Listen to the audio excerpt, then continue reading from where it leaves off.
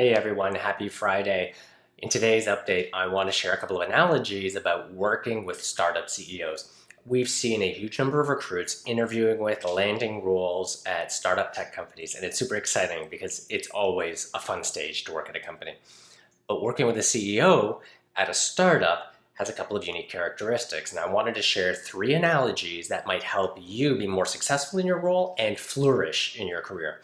The first is the Eye of Sauron, plugging a dam, and building a parachute on the way down. If you're already familiar with these analogies and how to leverage them, it's okay to skip this video. But the first one, Eye of Sauron.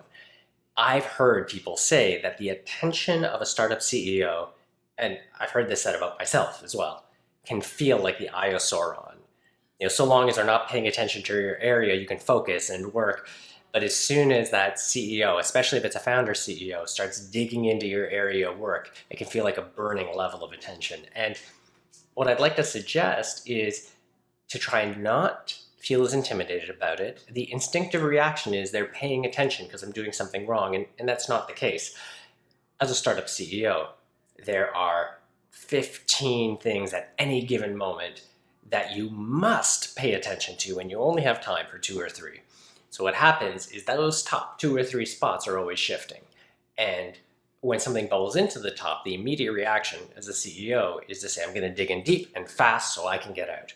And as a result, there's a lot of intensity in the questions they ask. They want to quickly catch up so it can feel like you're getting inundated. And they're trying to figure out their own expertise. And as they're thinking, they're hammering you with questions, which can feel like they don't have confidence. So as you think about leveraging this habit, a big thing to understand is to respond quickly, get them the information, but then to think, what is the need behind that? If they're asking about conversion rates and segments and industries, maybe they're trying to figure out which industries are working or not. If they're asking about scheduling, timing, systems, maybe they're trying to figure out operationally, how's the company working? So taking the time to understand the need that's behind it, getting them the information, and then as a final step, figuring out how to automate or systematize it. So if they're asking about those conversion rates or those operational systems, if you can then think about a way to say, get them a report from Google Analytics emailed weekly, or dropping them something at the beginning of the week that's a report you're already generating, those automated tempos will help them feel confident in that system and they won't come back around asking. So it's a great way to absolve yourself of any of that anxiety. But more importantly, it makes you look really good because now they can rest confident that that area of the business is, well in hand. Now, closely related to that Eye of Sauron analogy is the idea of plugging a dam. And this is a little bit more about what it feels like as a startup CEO. So as you're building this company, you're standing up a dam and it's leaking everywhere. You've got one system that's not working quite right, one system not working quite right, customers over here that might have a concern, and as a CEO, the analogy I've heard from many is that you're walking around and finding a leak and you're plugging it. And then as a CEO, your job is to figure out what it takes, what skills, what tools, what systems does it take to patch that hole permanently. And then you either deputize someone or hire to keep that hole plugged. And you move on to the next hole. Now, what that means is if a CEO has that mindset, they're thinking about understanding the problem, coming up with a solution, and handing it off.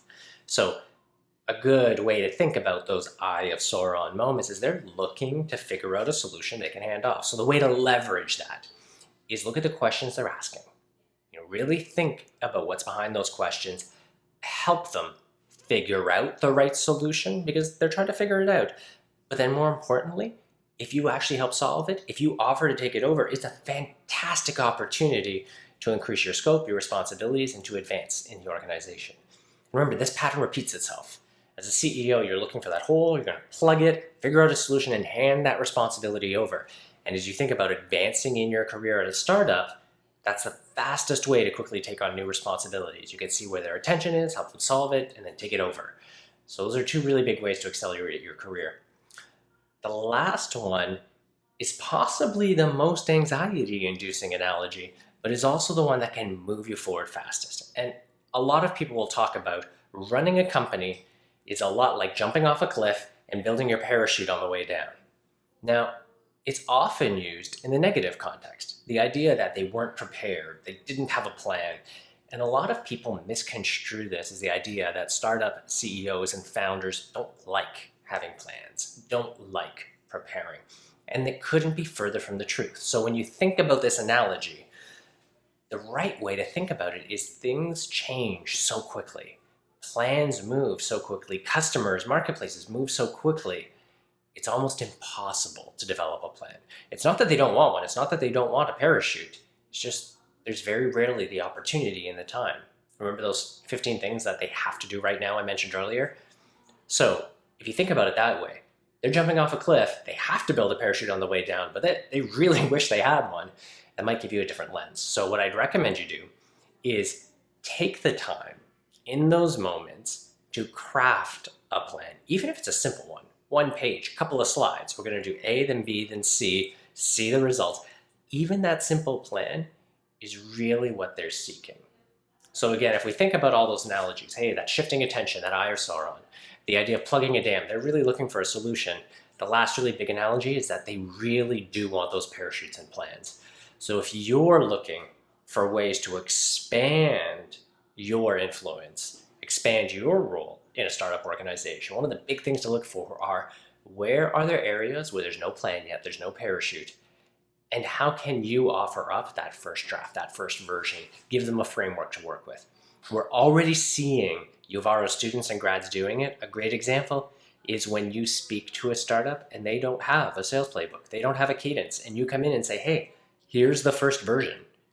Even a very simple version is so compelling to a CEO that doesn't have one yet. So yes, when you're working in an early stage startup, it can feel very worrisome because there aren't enough plans, there aren't enough systems, there's leaks in the dams everywhere. But if you keep a growth mindset, think about how can you automate, how can you assist, how can you create those plans, your career will advance as fast or faster as the company. And that is a great and exciting opportunity. If you ever have any questions about working in a startup, you just want to riff around it, get another perspective, drop me a line.